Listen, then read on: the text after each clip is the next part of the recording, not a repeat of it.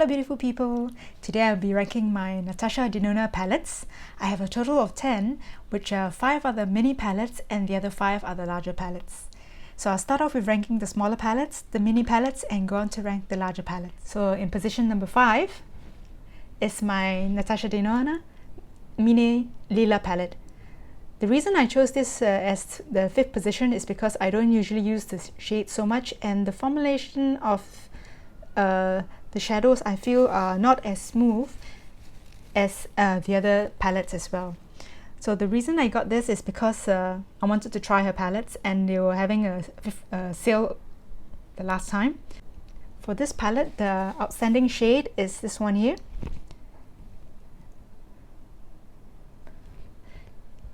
And the one I like the least is this shade. It's because I feel that this color doesn't really flatter my skin tone. So the Lila is number 5. Okay, in number 4 position is my mini gold palette. So this is how it looks. The reason is in number 4 is because these tones are deeper, darker in color, and the formula is nice, just that I realize I do not really wear this deeper tones as much. So the outstanding shade here is this one here. And let's swatch a few. So this is how.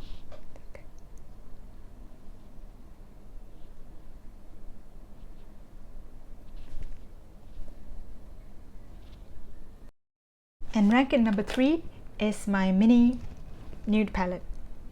The reason is number 3 is because it is actually deeper than what I thought it would be. So to me it's more like a bronzy tone as well. So for example, I can show you these colors here. It's quite nice, just that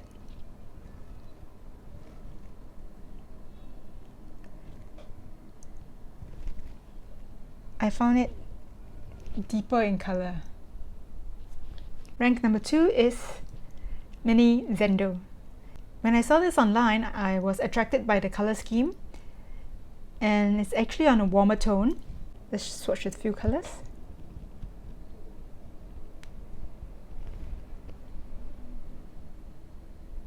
And the first position for my mini palette is the Mini Retro.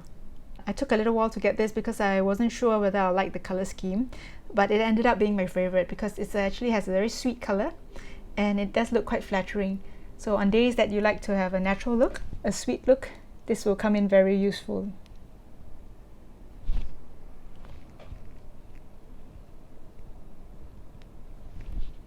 This will look quite nice as well. So we move on to the larger palette. Rank number 5 is the Natasha Denona Tropic palette. The colors did attract me, and these 2 rows are supposed to be more neutral that you can use on a daily basis, and these pops of colors. If it's too bright, you can always use it to line the eyes actually as well. So I got this at the 50% discount and I couldn't resist it, so I decided to get it. Number 4 is my Metropolis palette. It is a really pretty palette, and the colors are warm and with a few pops of blues and greens. The color that attracted me the most is this color here, the blue. Rank number 3 is my Love palette, and I didn't expect to like it so much. Actually, when I saw it on the Natasha Denona website, I did not think of picking it up at all. But when I got it in the Beautylish lucky bag, it was a nice surprise because when I put it on and I tried it on, it brightened up my look and it turned out much better than I thought it would. So this is rank number 3. And rank number 2 is the newest palette I bought, although it's not the newest palette from Natasha Denona. It is the newest in my collection. I realized it was not shown on the website, and when I saw it on the Sephora site recently in Singapore, they were having a sale, so I decided to get it before I couldn't get it. And recently there was actually a sale on the Natasha Denona website where she was selling this for $80, but it sold out really fast. So anyway, these colors, I was afraid they might not suit me because it's more of a cooler palette. But I actually found out that I quite like the shadows. They have a few pops of warmer colors here, like namely this and this. It did turn out quite nice, and I did my look today using this palette as well. It's a palette that I do enjoy. and ranked number 2. And my top ranking palette is the Natasha Denona Gold palette. Why I like this palette the best is because it has colors which is actually quite suitable for a day-to-day basis, and when you want to jazz up the look or brighten it up, there's a very nice shimmers gold as well, and they have a nice green for lining the eye. But for this green, it has a tendency to fall out of the pan because it has shrunk. It's a cream powder formula. It's smaller than the pan size, so I have to hold it this way, if not it will drop out again, but it's still usable. And one of my favorite shades is this one here. It's the Chroma Crystal. You can hardly see any color, but it goes very nicely on top of other eyeshadows, or you give a nice sparkle to the eye when you layer it on top of other eyeshadows.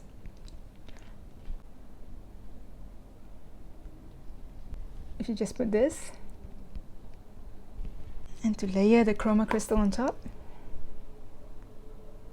see, it changes it to another color, another shade.